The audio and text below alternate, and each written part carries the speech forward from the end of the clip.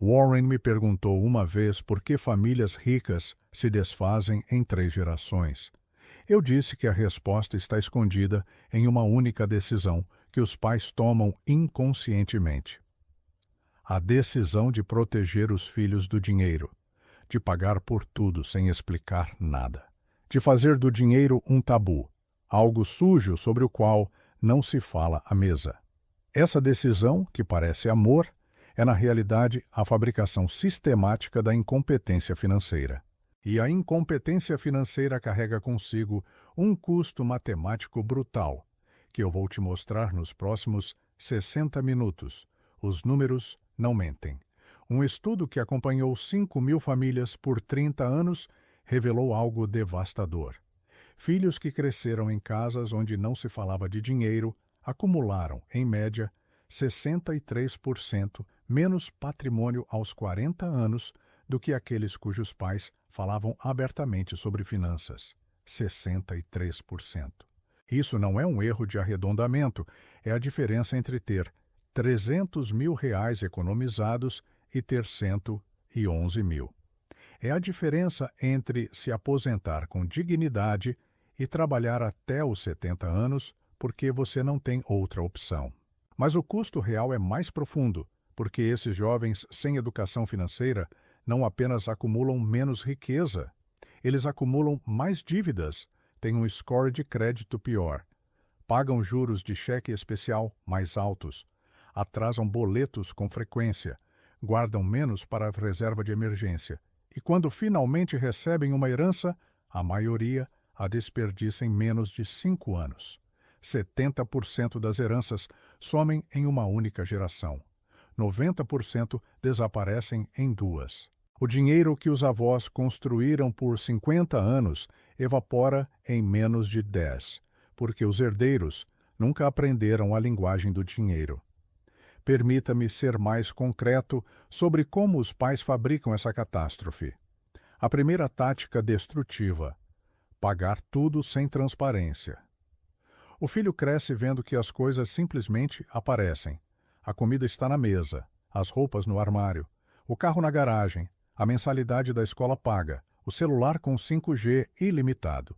Mas ninguém lhe diz quanto custa a feira da semana, quanto é a conta de luz, quanto custa o combustível, quanto a família paga mensalmente pelo plano de saúde.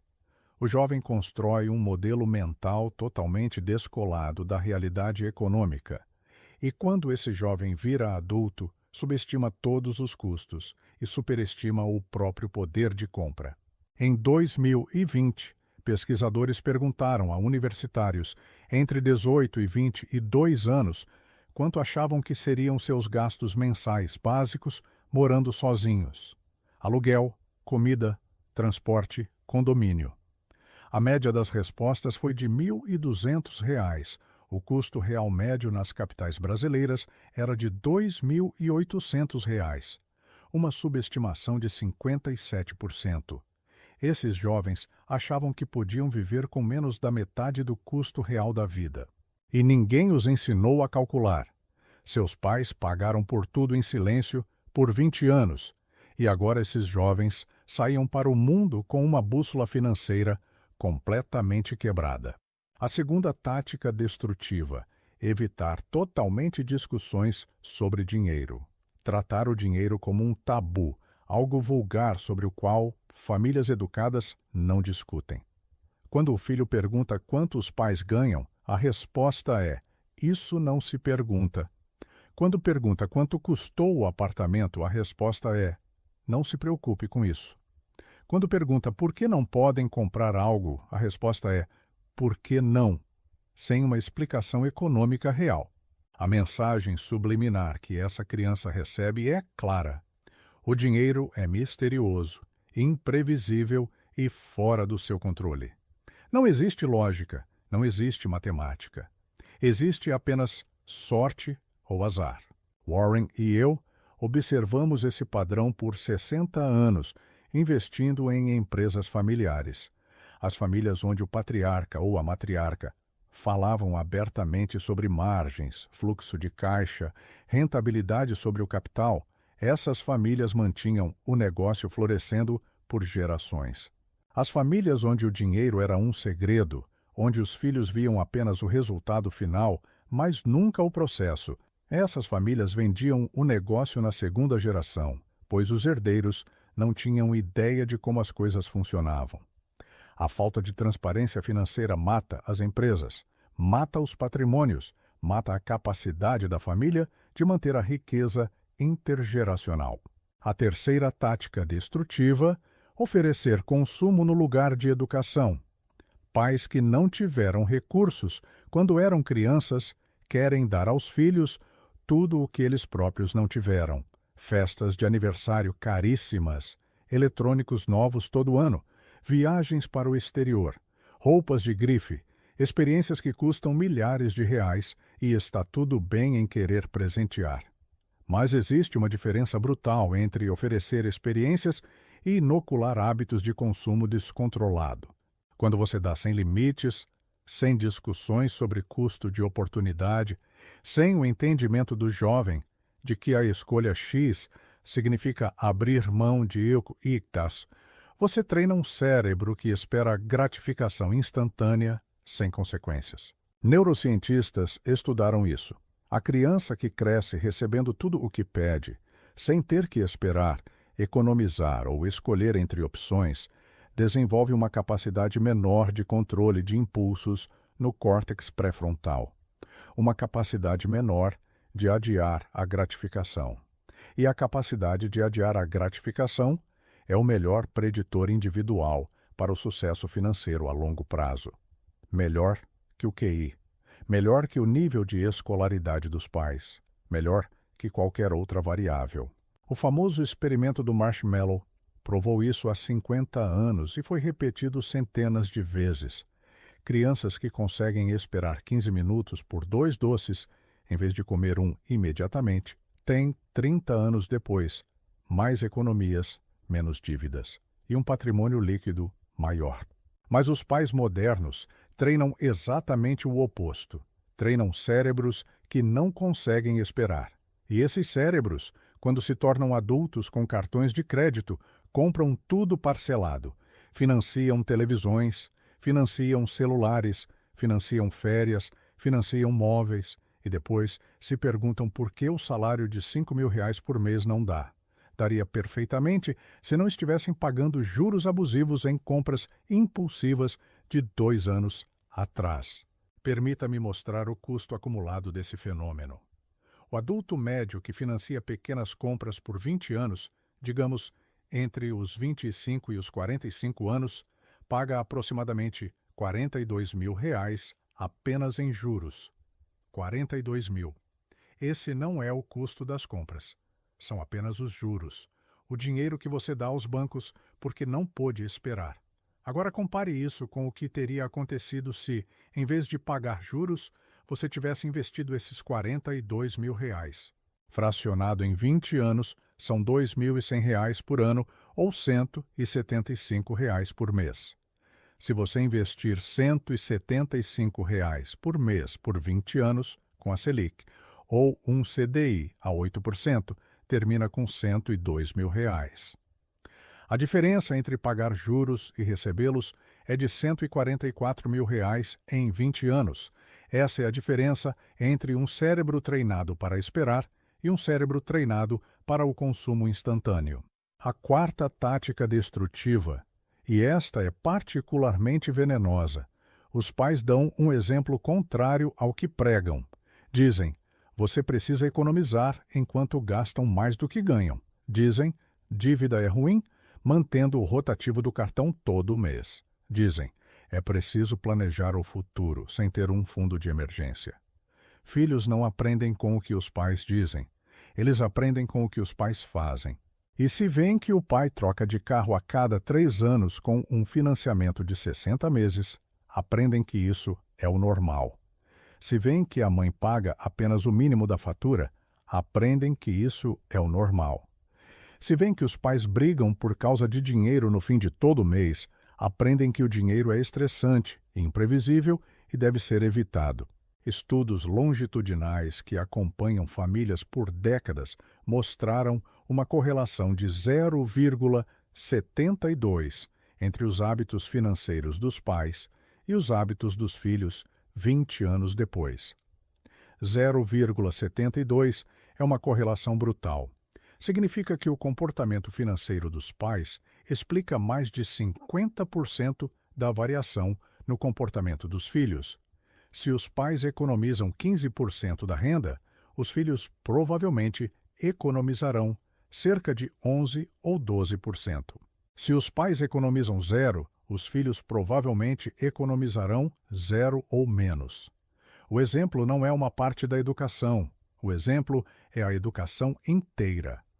Warren me disse em 1968 algo que nunca esqueci.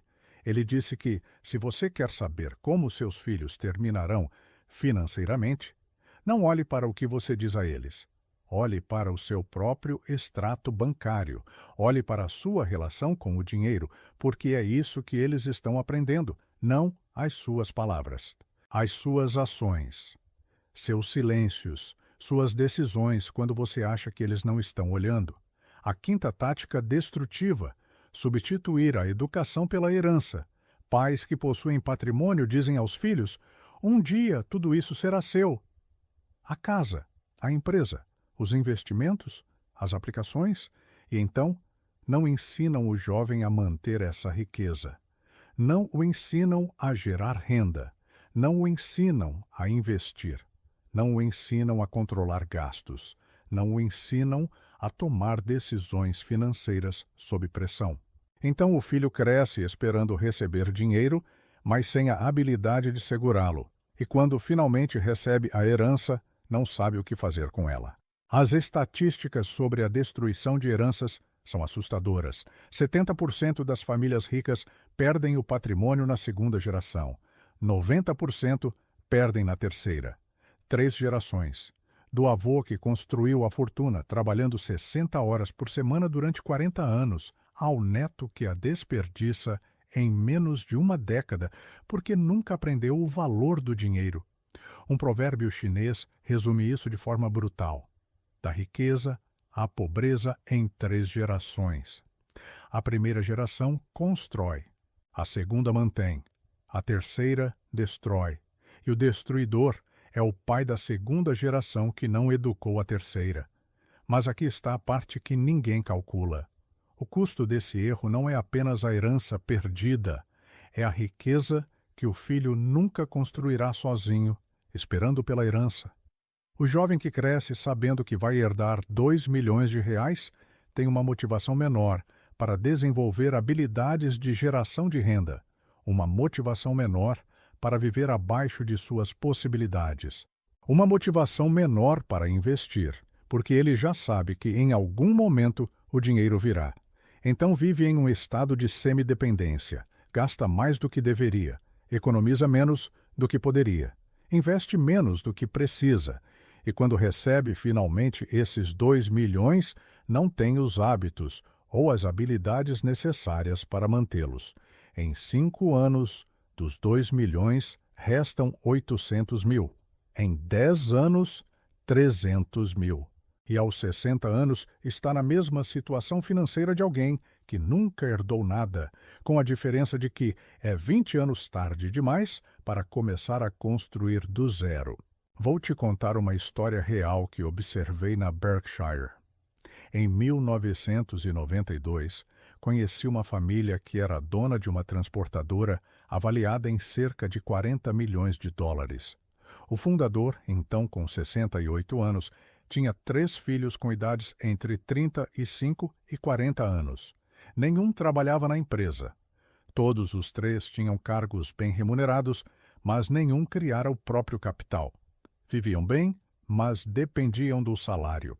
O pai nos disse que planejava dividir a empresa entre eles após sua morte. Perguntei se ele os instruíra para a gestão do negócio. Ele disse que não, pois preferia que eles seguissem suas próprias paixões em vez de forçá-los a trabalhar com logística. Eu disse a ele que ele estava garantindo a destruição de 40 milhões de dólares. Ele se ofendeu. Achou que eu era cruel. O pai morreu em 1999. Os 3 filhos herdaram a empresa. Nenhum quis gerir. Colocaram à venda, receberam ofertas de 28 milhões, pois o mercado sabia que era uma venda forçada. Venderam. Cada filho recebeu cerca de 9 milhões após os impostos. Em 2007, 8 anos depois, 2 deles tinham gasto mais de 60% da herança. Mansões, carros de luxo, investimentos em negócios que não entendiam e que faliram. O terceiro investiu em imóveis bem antes da crise de 2008 e perdeu quase 40% quando o mercado desabou. Em 2015, nenhum dos três tinha mais de 2 milhões de dólares. 40 milhões transformaram-se em 6 milhões em 16 anos. E a próxima geração, os netos, não herdará quase nada. 3 gerações, de 40 milhões a praticamente zero. Porque o avô construiu a riqueza, mas não ensinou como se constrói. Agora vou te mostrar o caminho oposto, a família que educa em vez de proteger. Em 1986, conheci outra família. Negócio similar, avaliação similar, 35 milhões na época, mas esse pai fazia algo completamente diferente. Seus filhos, desde os 12 anos, trabalhavam na empresa em todas as férias, não em cargos inventados, no almoxarifado, nas entregas, no atendimento ao cliente. Ganhavam o salário mínimo. O pai mostrava os balancetes financeiros a cada trimestre e explicava as margens, os custos, o fluxo de caixa. Ensinou-os a ler balanços, a calcular o retorno sobre o capital, a entender a diferença entre faturamento e lucro. Quando fizeram 18 anos, sabiam sobre finanças mais do que a maioria dos graduados em economia. Esses filhos desenvolveram suas próprias carreiras, mas nunca deixaram de entender o negócio da família. Quando o pai morreu em 2006, os 3 filhos realizaram a sucessão sem dramas. Mantiveram a empresa, desenvolveram-na. Em 2025, a empresa vale cerca de 120 milhões de dólares. E os netos, a terceira geração, já trabalham no galpão nas férias. Estão aprendendo. A diferença entre essas duas histórias não é sorte, não é talento. É a educação financeira transmitida de geração em geração, versus a proteção que fabrica incompetência. Mas você não precisa ser dono de empresa para aplicar esse princípio. Funciona igual com salários. Um pai que ganha 50 mil reais por ano, que ensina aos filhos como o dinheiro funciona, cria filhos mais ricos do que um pai que ganha 200 mil, que não ensina nada.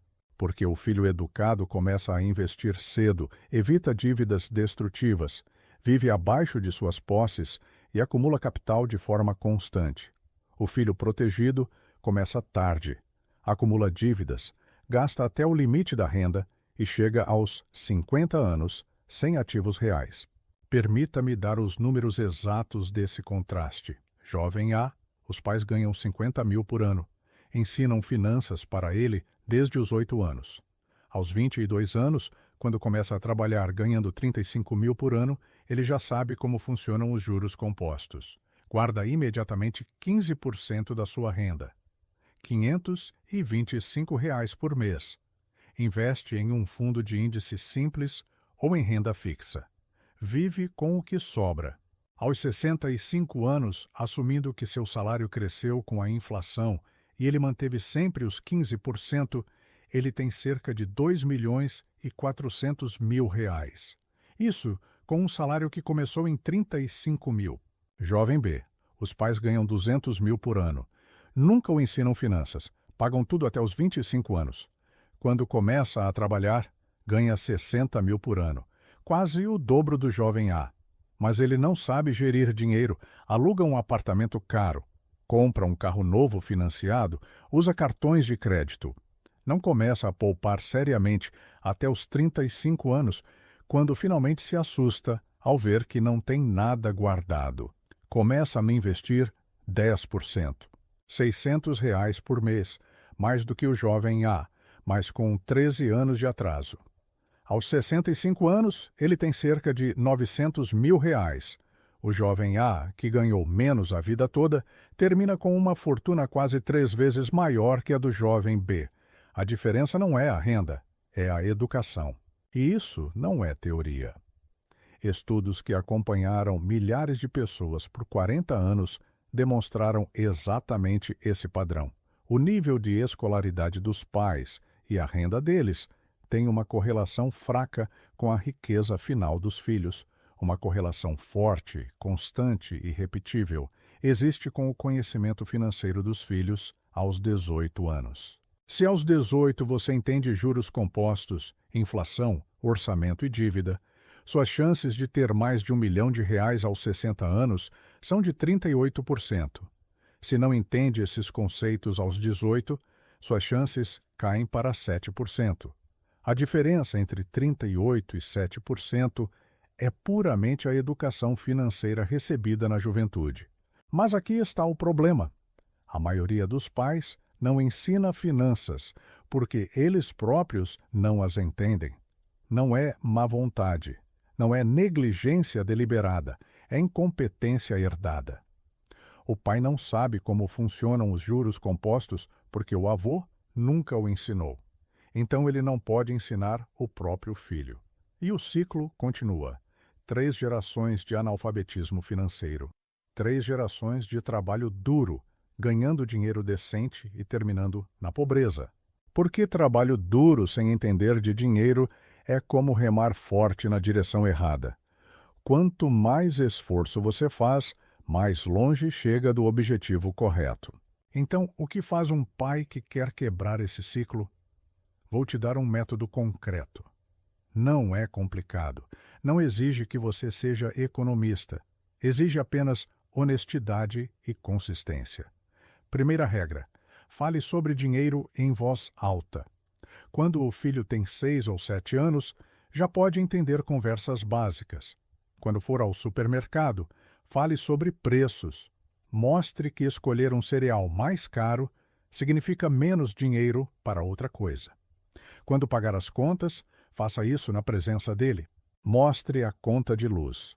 Explique que, se ele deixa as luzes acesas, o número aumenta.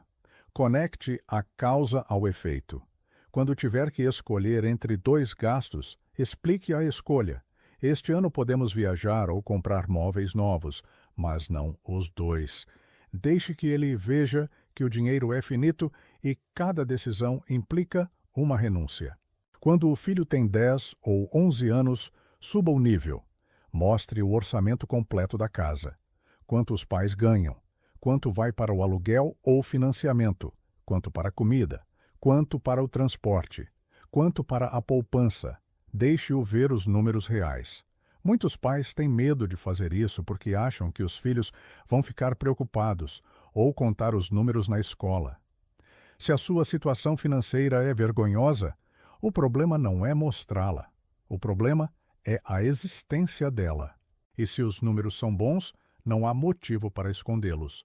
A transparência constrói competência. O segredo constrói ignorância. Segunda regra: oferecer responsabilidade proporcional à idade. Aos 8 anos, semanada pequena, R$ 5, R$ 10, o que for razoável na sua situação, mas com uma regra absoluta. Esse dinheiro tem que durar até a semana que vem. Se gastar tudo no primeiro dia, não tem mais nada até a próxima semana. Deixe-o sentir a consequência. Deixe-o aprender a gerir. Aos 12 ou 13 anos, aumente o valor e a responsabilidade. Agora a mesada cobre as roupas dele. Se quiser tênis caros, tem que economizar ou abrir mão de outra coisa. Deixe-o tomar decisões reais com consequências reais. Aos 16 anos, dê a ele sua própria conta bancária. Ensine-o a controlar o extrato, a conferir as taxas, a evitar o cheque especial. Deixe-o gerir dinheiro real em sistemas reais antes de sair de casa. E aqui está a parte que os pais sempre erram. Deixe-o cometer erros. Se aos 9 anos ele gasta toda a semanada em doces no primeiro dia e fica sem nada, não o salve. Resista. Deixe-o passar uma semana sem dinheiro para seus próprios gastos. Deixe-o guardar essa falha na memória. Se aos 15 anos ele não economiza para o tênis que quer e precisa usar os velhos por mais 6 meses, não compre novos, porque ficou com pena. Esse erro aos 15 anos custa zero para ele. O mesmo erro aos 25 com um cartão de crédito custa R$ 5.000 mais 1.500 de juros. Melhor aprender barato.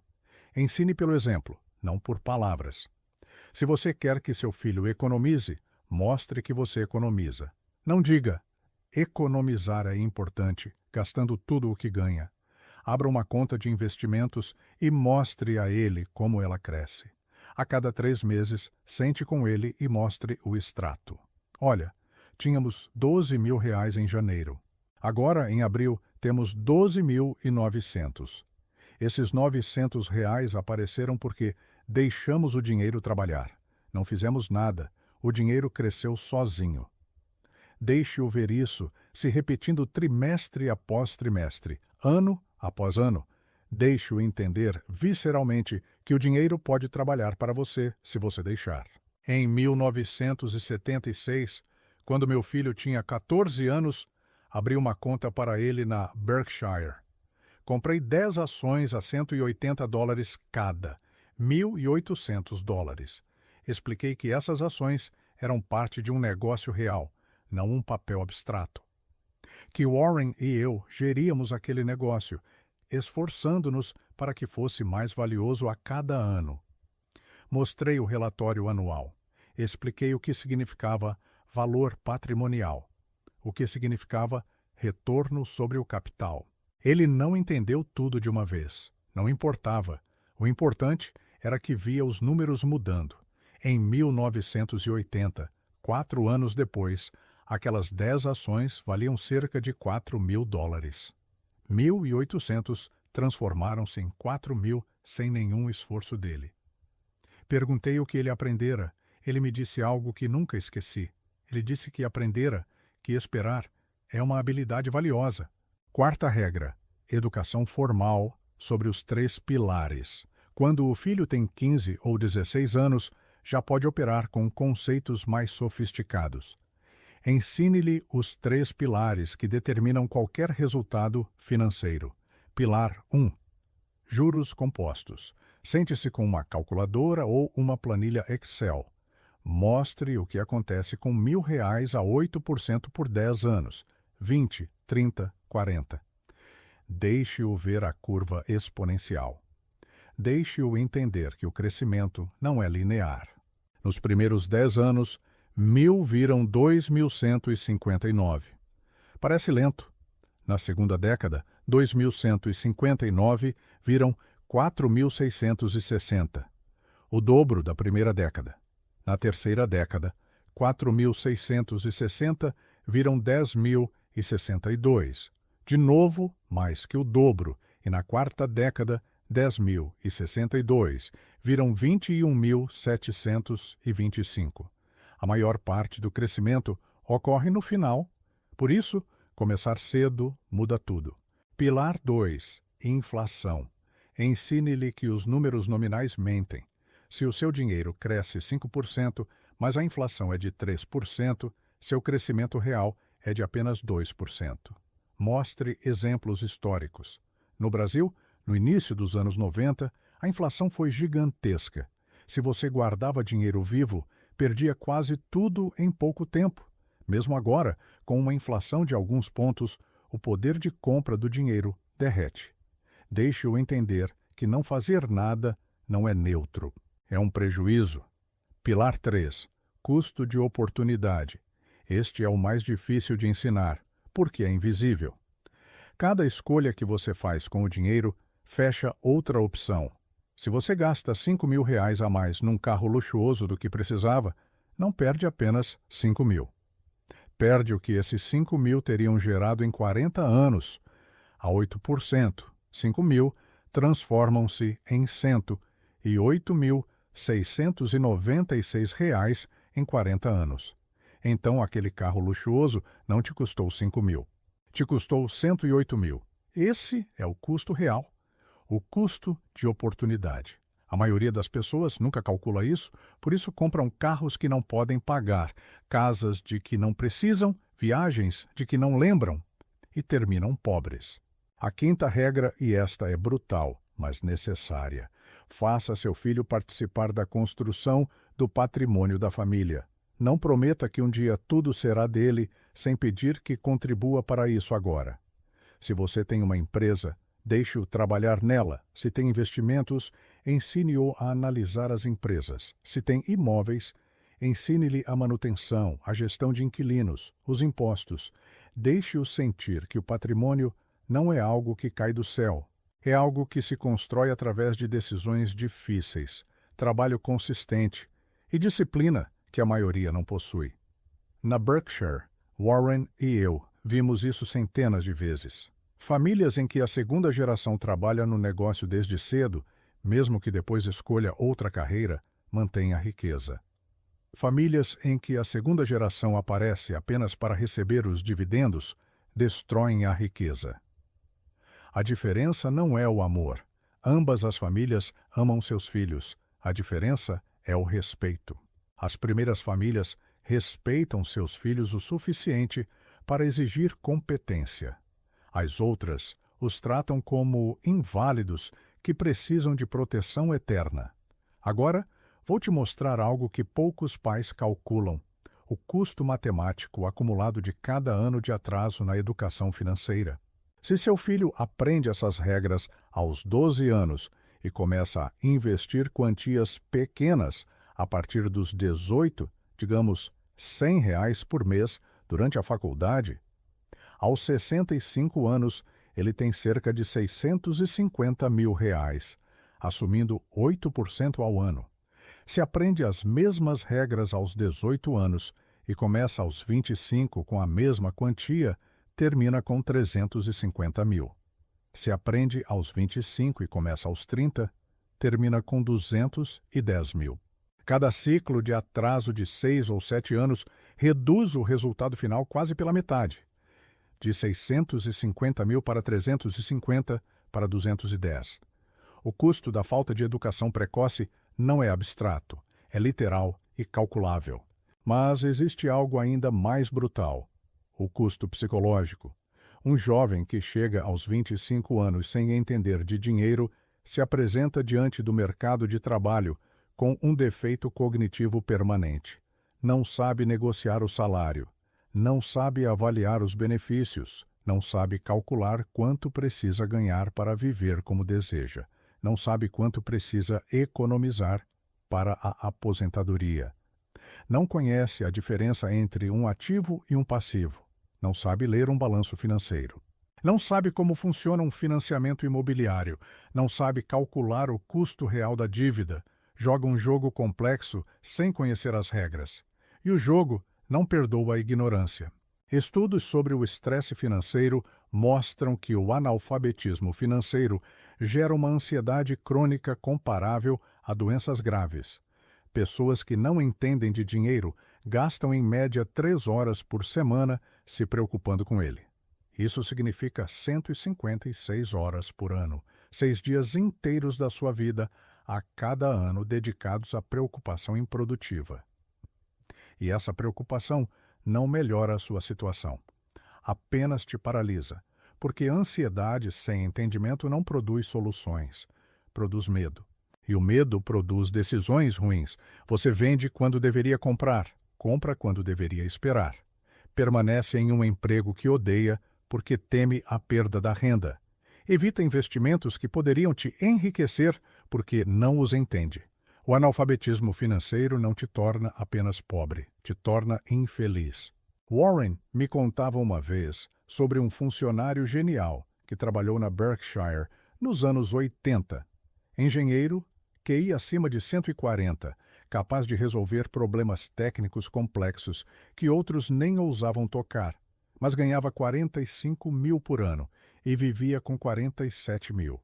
Todo ano aumentava sua dívida no cartão de crédito em $2.000. Depois de 10 anos, tinha mais de 20 mil de dívida.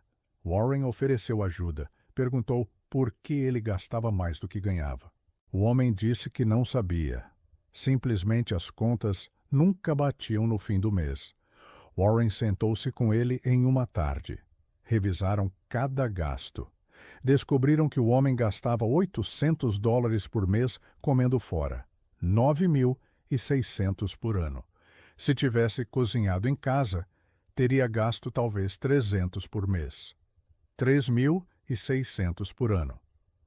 A diferença de 6.000 por ano teria eliminado sua dívida em 3 anos. Mas ele nunca calculara isso. Era genial na engenharia. Era analfabeto em questões de dinheiro. E aqui está a ironia. Esse homem formou-se em uma universidade prestigiada. Estudou cálculo diferencial avançado, física, química. Mas ninguém o ensinou a equilibrar o orçamento pessoal. Sua educação formal deu-lhe as ferramentas para resolver equações diferenciais, mas não para calcular quanto podia gastar com comida para não cair em dívidas. Isso não é culpa exclusiva do sistema de ensino. É culpa dos seus pais. Porque o sistema de ensino não vai ensinar finanças pessoais. Nunca o fez. Nunca o fará. Os pais devem fazer isso. E se os pais não o fazem, ninguém o fará. Vou te dar um caso matemático que ilustra o custo intergeracional total. Família A. Os avós ensinam finanças aos pais. Os pais investem consistentemente 15% de sua renda por 40 anos. Acumulam 2 milhões de reais. Ensinam aos filhos as mesmas regras. Os filhos investem também 15%. Quando os pais morrem aos 85 anos, deixam 2 milhões aos filhos que já têm 55 anos. Mas os filhos que já investiram anteriormente não precisam desse dinheiro para viver. Eles o reinvestem. Nos 30 anos seguintes, dos 55 aos 85 anos, esses 2 milhões transformam-se em 20 milhões, a 8%. Então os netos herdam 20 milhões. 3 gerações. Da poupança disciplinada a 2 milhões, até 20 milhões. Esta é a educação financeira que se compõe geracionalmente. Família B. Os avós não ensinam finanças. Ganham bem, mas gastam tudo, não deixam herança. Os pais repetem o padrão. Ganham bem, gastam tudo, não economizam significativamente. Chegam aos 65 anos com 100 mil reais na conta do FGTS ou Previdência. Insuficiente. Precisam baixar o padrão de vida. Dependem parcialmente do INSS. Os filhos veem essa luta e prometem que serão diferentes, mas não sabem como, porque ninguém os ensinou. Cometem os mesmos erros. Compram uma casa cara demais. Financiam carros. Acumulam dívidas. Aos 40 anos percebem o problema e tentam consertar. Começam a economizar agressivamente. Mas o tempo perdido é irreversível. Chegam aos 65 anos com 500 mil reais. Melhor que seus pais, mas ainda insuficiente para a aposentadoria que sonharam. Os netos recebem uma herança modesta, 3 gerações, de 0 a 0 até 500 mil. A diferença entre 20 milhões e 500 mil é de 40 vezes. Esta é a diferença entre a educação financeira transmitida e a falta dela. E agora, a parte que ninguém quer ouvir. Se você é pai e não educou financeiramente seus filhos, se eles já têm 20 ou 25 anos e não sabem como funcionam os juros compostos, não sabem calcular a inflação, não conhecem a diferença entre um ativo e um passivo. Já é tarde demais para o caminho fácil. Eles já perderam os anos mais preciosos. Não digo que é impossível, digo que é mais difícil. Um jovem aos 25 anos que só agora aprende essas regras precisa investir o dobro do que o de 18 para atingir o mesmo resultado aos 65 anos. E se esperar até os 30, precisa investir o triplo. A matemática não negocia. O tempo perdido não se recupera. Pode ser apenas compensado através de um sacrifício maior. Mas ainda existe uma janela de oportunidade. Se seu filho tem 20 ou 25 anos e não conhece as finanças, você pode fazer isto. Sente-se com ele. Reconheça seu erro. Não com um sentimento teatral de culpa, mas com uma honestidade brutal. Diga, cometi um erro. Não te ensinei algo fundamental. Vou consertar isso agora. E então, você o ensina tudo o que deveria ter ensinado 10 anos atrás. Os 3 pilares. Os cálculos, os exemplos históricos, mostre-lhe seu próprio portfólio, seus erros, seus sucessos. Dê a ele acesso a informações reais e proponha um acordo. Se ele começar a investir agora, você dobrará o aporte dele por 2 anos. Se ele depositar 200 mensais, você depositará 200. Isso significa R$ 4.800 por ano durante 2 anos, R$ 9.600 de capital inicial. Isso não é esmola. É uma compensação pelo tempo que você lhe tirou ao não ensiná-lo antes. Em 1994, conheci um pai que fez exatamente isso. Seu filho tinha 27 anos, ganhava 40 mil por ano, não tinha economias, tinha 8 mil de dívida nos cartões. O pai, então, com 55 anos, percebeu que falhara. Sentou-se com o filho, ensinou-lhe tudo. Pagou a dívida de 8 mil como um presente de reparação, não como um resgate. E propôs que, se o filho investisse 20% de sua renda por 3 anos, ele adicionaria a mesma quantia a cada real. O filho aceitou. Por 3 anos viveu com 32 mil por ano e economizou 8 mil.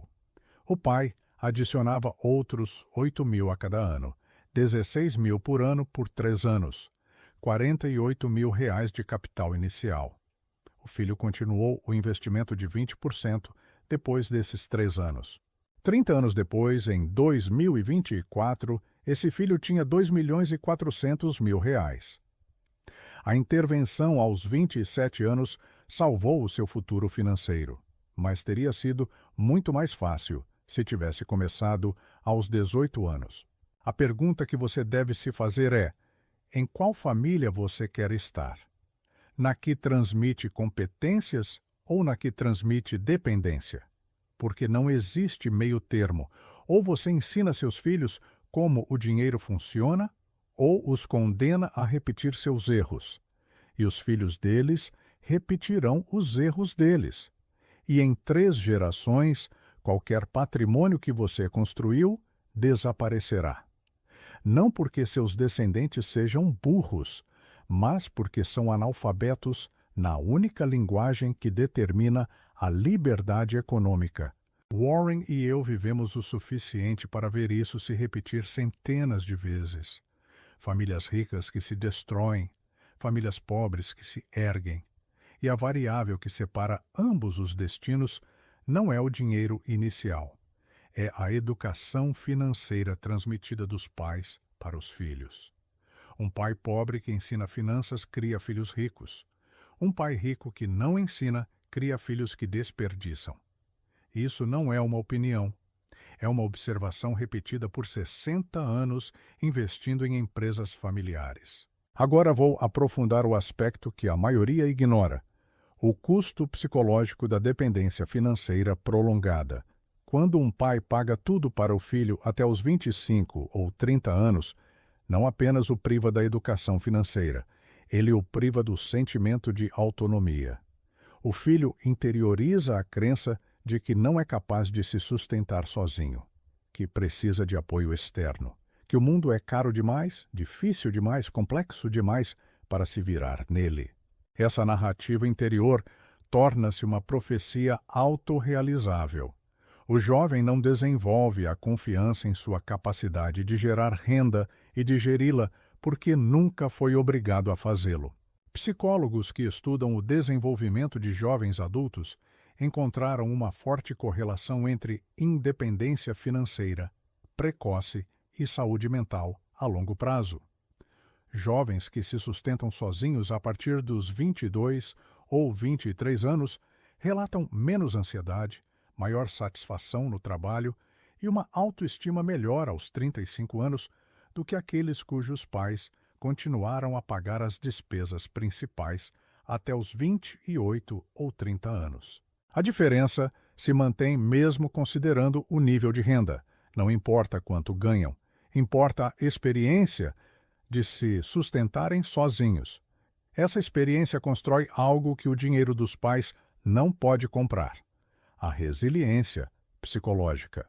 Mas existe um tipo de pai ainda mais destrutivo do que aquele que paga por tudo: o pai que resgata, O filho comete um erro financeiro, acumula uma dívida, assina um contrato ruim, compra algo que não pode pagar. E o pai aparece, paga a dívida, cancela o contrato, cobre o déficit. O filho aprende uma lição brutal e completamente errada. Aprende que os erros não têm consequências reais, que existe sempre uma rede de segurança, que pode assumir riscos tolos porque o pai vai salvá-lo. Então assume riscos ainda mais tolos e o padrão se fortalece. Em 2003, conheci um pai que salvou o filho 5 vezes em 8 anos. Primeira vez, o filho tinha 22 anos e acumulara R$ 7.000 de dívida nos cartões. O pai pagou. Segunda vez, o filho tinha 24 anos e comprou um carro que não conseguia manter. O pai pagou o seguro por 2 anos. Terceira vez, o filho tinha 27 anos e perdeu o emprego. O pai cobriu o aluguel por 6 meses. Quarta vez, o filho tinha 28 anos e investiu no negócio de um amigo sem conferir nada. O negócio faliu. O pai cobriu as perdas de R$ 12.000. Quinta vez, o filho tinha 30 anos e estava ameaçado de execução judicial por falta de pagamento de impostos. O pai pagou 14.000 à Receita Federal. O custo direto desses 5 resgates foi de aproximadamente R$ 50.000, mas o custo real foi infinitamente maior, porque esse filho, aos 30 anos, aprendeu que a irresponsabilidade financeira não tem consequências. Cada erro foi apagado por dinheiro externo. Não sentiu nunca a dor plena de suas decisões. Não precisou nunca dormir meses preocupado como sairia do buraco. Não desenvolveu nunca o músculo psíquico de resolver problemas financeiros sem resgate. E quando o pai morreu 4 anos depois, em 2007, esse filho se viu diante do mundo sem a rede de segurança pela primeira vez aos 34 anos. Em 2 anos acumulou novamente 20.000 de dívida. Em 2015, estava em falência. O pai destruiu o filho tentando salvá-lo. Compare isso com outro caso da Berkshire. Em 1991, um funcionário nosso tinha um filho de 23 anos que acumulara 5.000 de dívida nos cartões. O filho pediu ajuda ao pai. O pai disse não. Disse, é sua dívida, é seu problema. Resolva-o. O filho teve que arrumar um segundo emprego por 18 meses. Trabalhava 60 horas por semana. Pagou a dívida integralmente.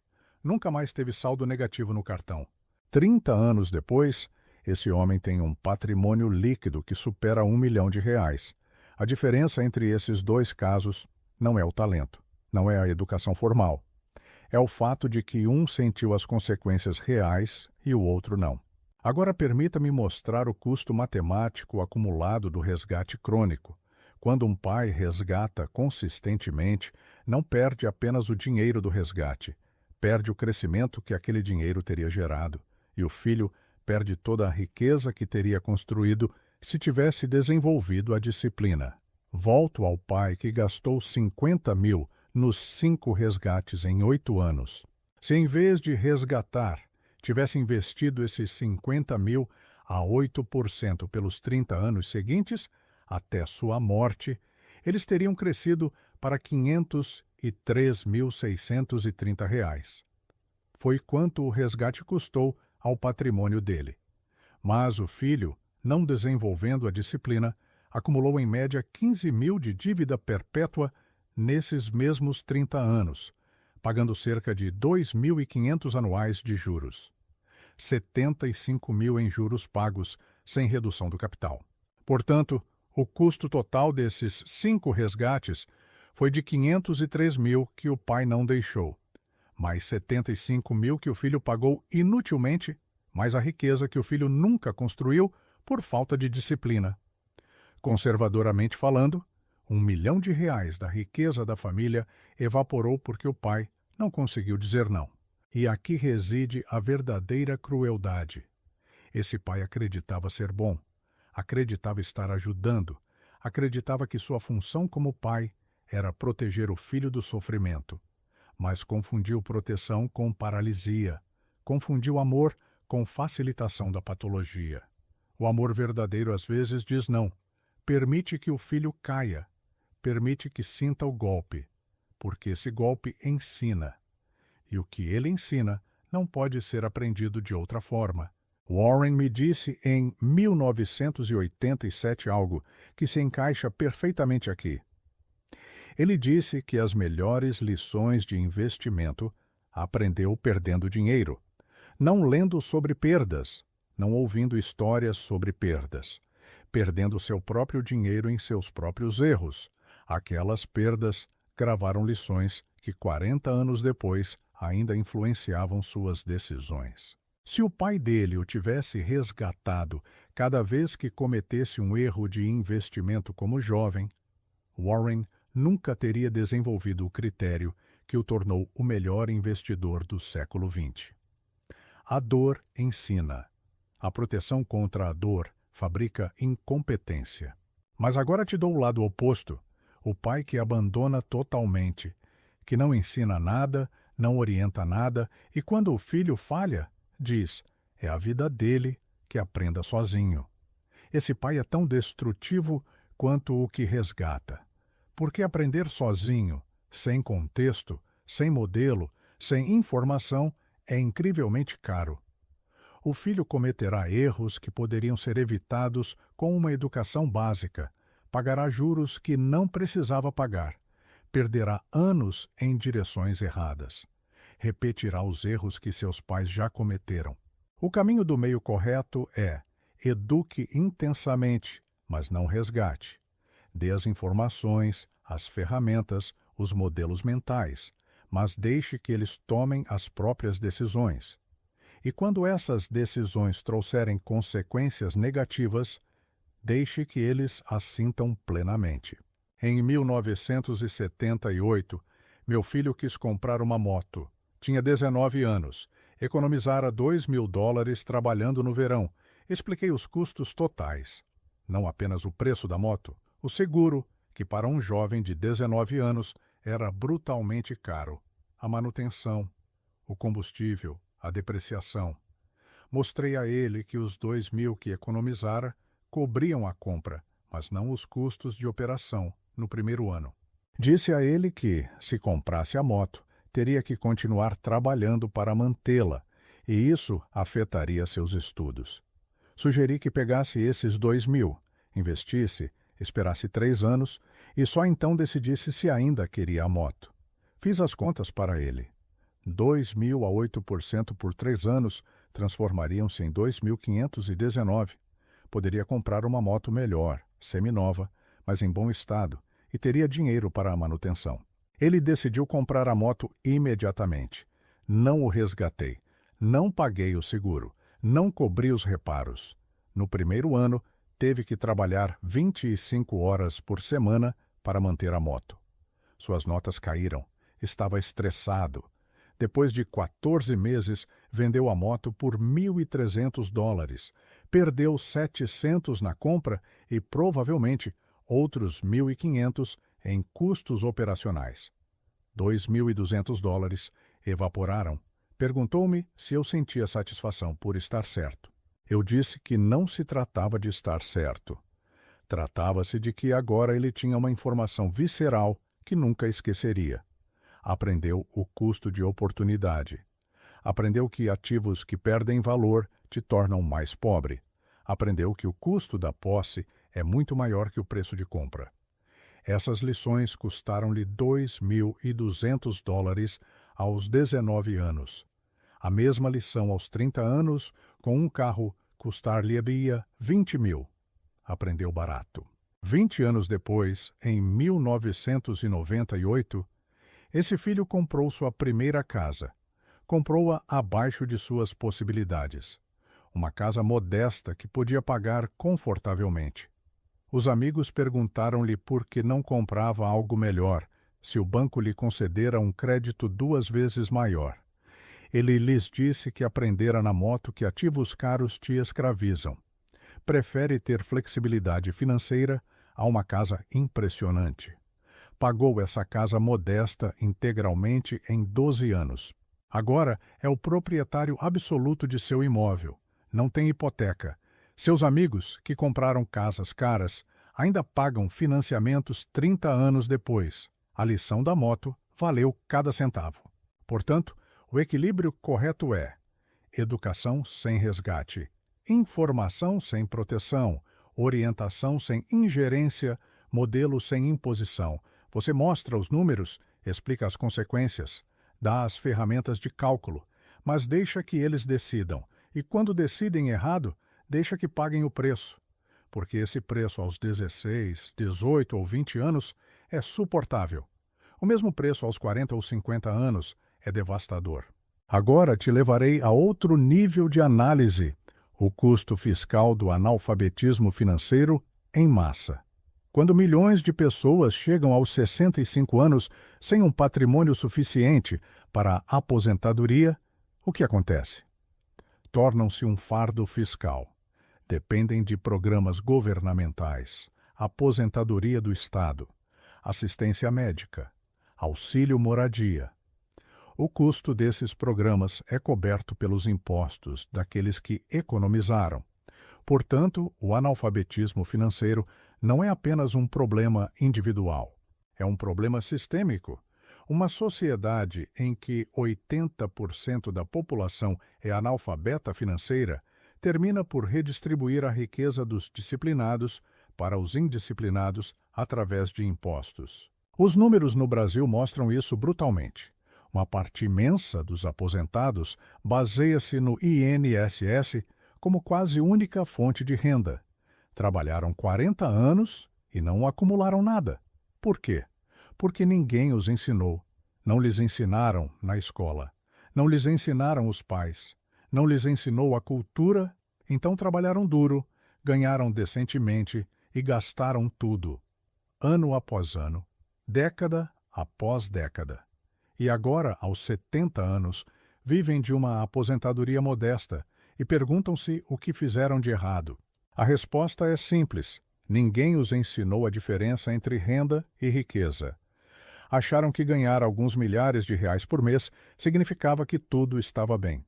Não entenderam que a única coisa que importa é quanto você guarda, não quanto ganha. Warren e eu conhecemos diretores que ganhavam milhões por ano e terminaram pobres. E conhecemos professores que ganhavam o salário médio e terminaram milionários. A diferença não é a renda, é a taxa de poupança. O diretor que ganha R$500 mil e gasta 495 mil economiza 5 mil por ano. O professor que ganha 40 mil e gasta 28 mil economiza 12 mil por ano. O professor economiza mais do dobro. Depois de 30 anos a 8%, o diretor tem 616 mil. O professor tem 1.483 mil. O professor termina com uma fortuna quase 2,5 vezes maior. Porque entendeu que a renda é irrelevante. A taxa de poupança é tudo. Volto ao ponto fiscal. Quando a maioria da população chega à velhice sem recursos, os governos têm duas opções: deixá-los morrer na pobreza, o que é politicamente impossível, ou redistribuir a riqueza dos que economizam para os que não economizam. E essa redistribuir cria incentivos perversos. Se você sabe que o Estado cuidará de você mesmo que não economize, por que economizar? Melhor gastar tudo, aproveitar agora e deixar o governo resolver o problema da sua velhice. E se bastantes pessoas pensarem assim, o sistema entra em colapso, porque no final não há mais economizadores suficientes para manter todos os não economizadores. Isso não é uma teoria. Vimos isso em muitos países. Os sistemas de pensões prometeram benefícios que não podiam pagar. Quando se tentou cortá-los, estouraram revoltas. Quando se tentou aumentar os impostos, seguiu-se a fuga de capital. O resultado foi o colapso econômico. E os mais afetados foram os pobres, que dependiam totalmente do sistema. Os ricos, que tinham seus próprios ativos, saíram disso sem nenhum arranhão.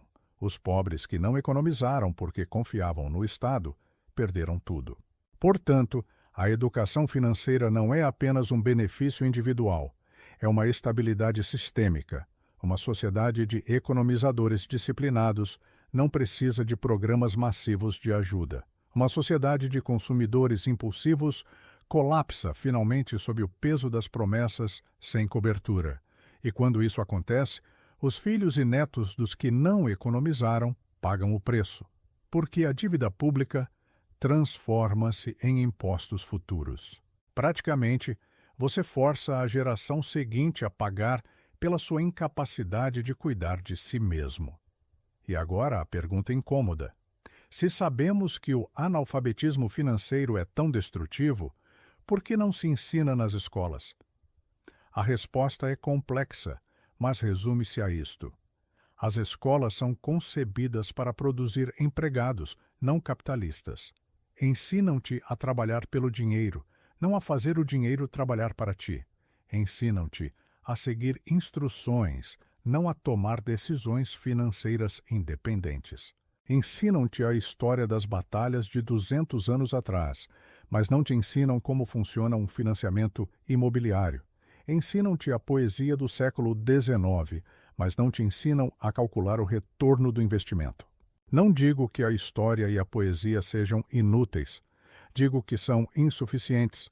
Um jovem que sai do ensino médio sem a habilidade de calcular os juros compostos é enviado ao mundo financeiro sem as ferramentas mais elementares. É como ensinar alguém a ler, mas não lhe dar nenhum livro.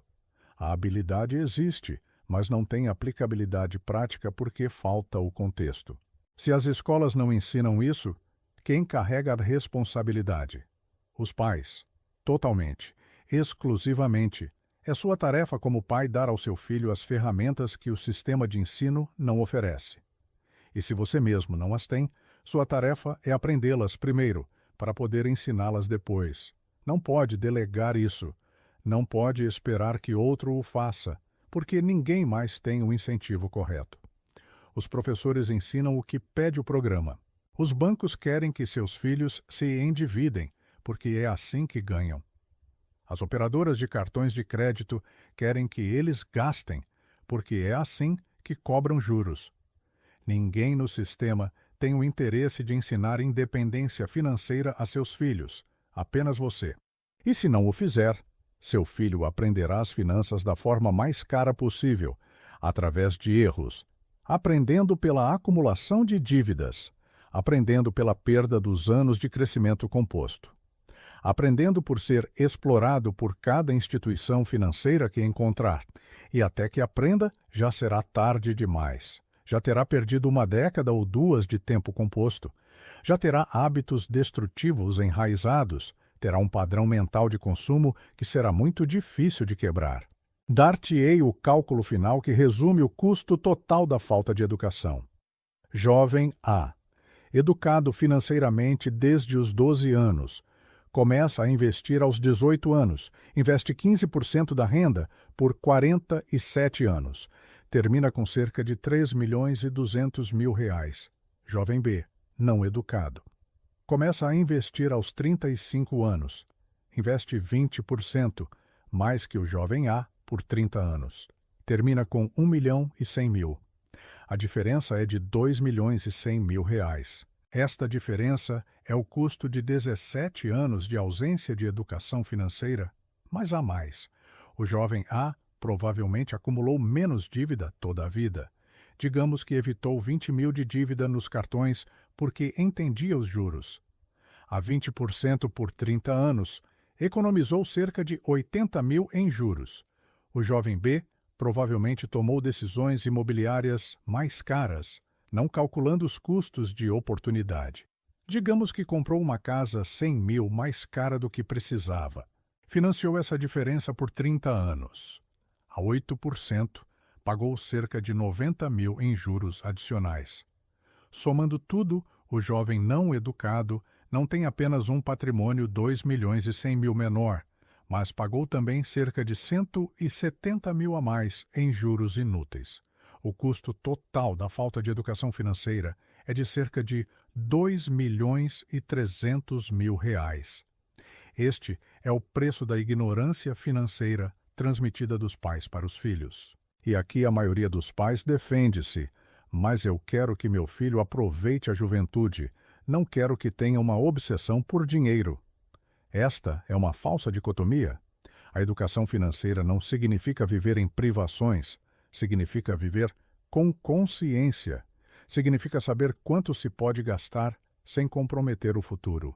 Significa tomar decisões informadas em vez de decisões impulsivas. Significa aproveitar a vida dentro de limites sustentáveis. Uma pessoa educada financeiramente pode aproveitar a vida tanto ou mais que uma ignorante, mas sem as consequências destrutivas. Warren aproveita enormemente a vida. Come o que quer. Mora onde quer. Faz o que lhe agrada, mas não gasta nunca sem calcular. Não toma nunca decisões financeiras sob a influência de um impulso emocional. Não confunde nunca prazer com desperdício. Esta é a diferença. Prazer com consciência versus consumo sem controle. E essa diferença aprende-se. Não é genética. Não é sorte, é educação.